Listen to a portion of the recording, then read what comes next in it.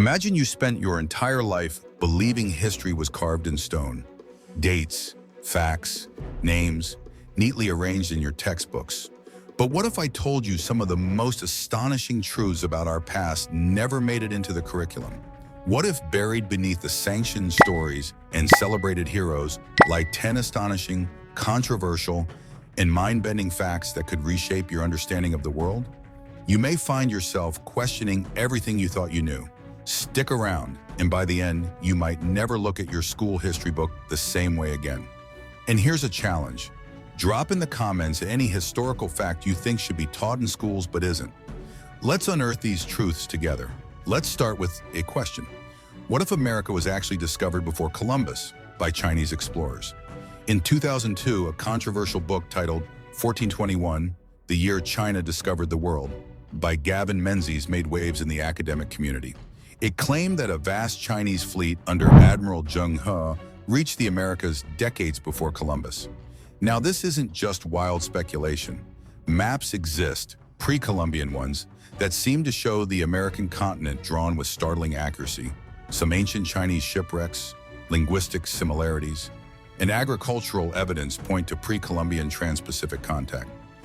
While mainstream scholars remain skeptical, the possibility alone forces us to reconsider the linear narrative we were taught. But let's move on to something darker. You were probably taught about the horrors of the Holocaust, and rightfully so. But how often did your textbooks mention the Herero and Nama genocide?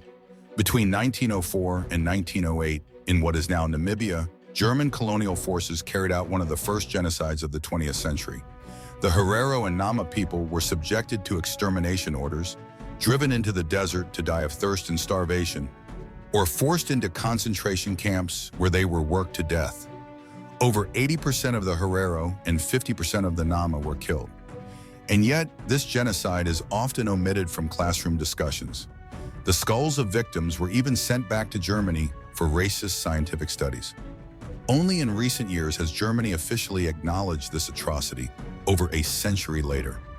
Then there's the tale of the real-life Amazon warriors. Not myth, not fiction. The ancient Greek stories of fierce warrior women weren't entirely invented. Archaeologists in the Eurasian steppes uncovered burial mounds filled with female warriors from the Scythian tribes. These women were buried with weapons, battle scars, and armor.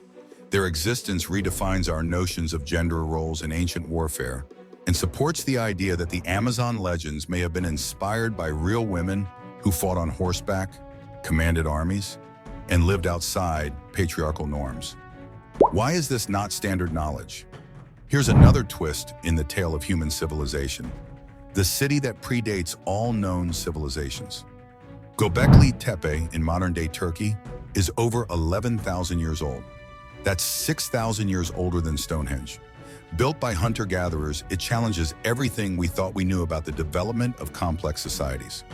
These people had no agriculture, no pottery, no writing, and yet they erected massive stone circles with intricate carvings. It suggests organized religion, social hierarchy, and architectural innovation existed long before the wheel or the plow. And yet, this revelation only entered mainstream discourse in the last 2 decades. Let's detour into something that might sound like science fiction. Operation Paperclip. After World War II, the United States secretly brought over more than 1,600 German scientists, engineers, and technicians, many of whom were former Nazis. Among them was Wernher von Braun, the man who would later lead NASA's space program and design the rocket that sent Apollo 11 to the moon. These were not minor figures. Some had ties to war crimes. The US government expunged records, altered files, and created new identities. It's a story of moral compromise in the name of national security, and it's not widely taught in American schools. Still think the history books tell the whole truth? Now picture this, a thriving, complex African civilization that rivaled the grandeur of European kingdoms. No, we're not talking about Egypt. Great Zimbabwe, once home to over 20,000 people, boasted massive stone walls, intricate trade networks, and advanced architecture.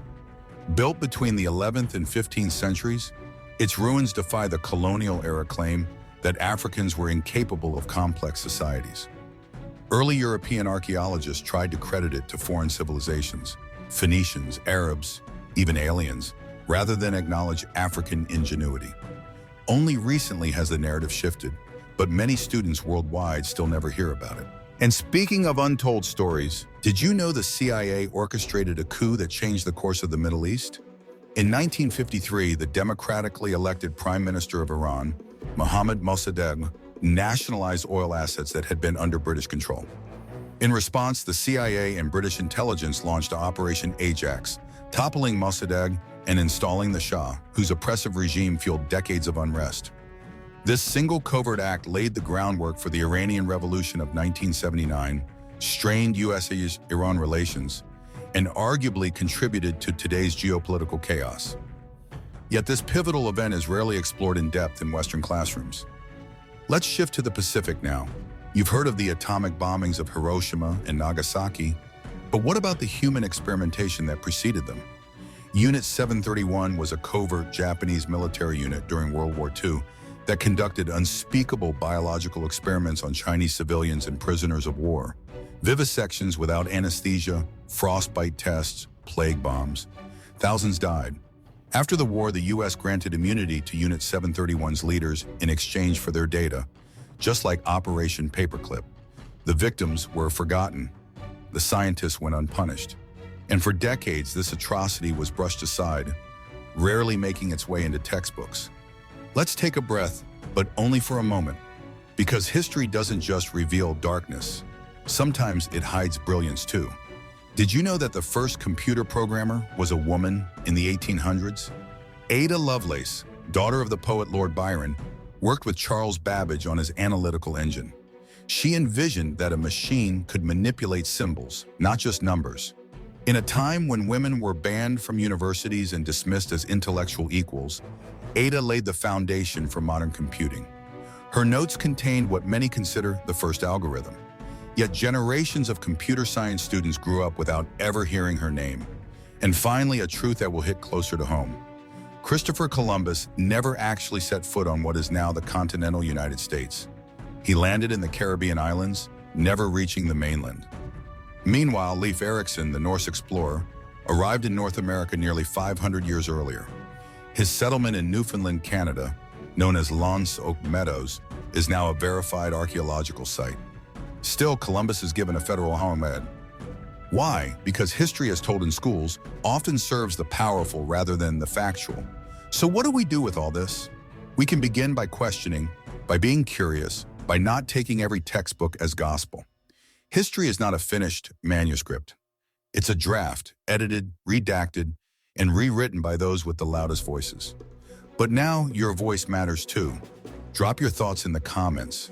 What's a piece of history you think should be taught in every classroom? What surprised you most today?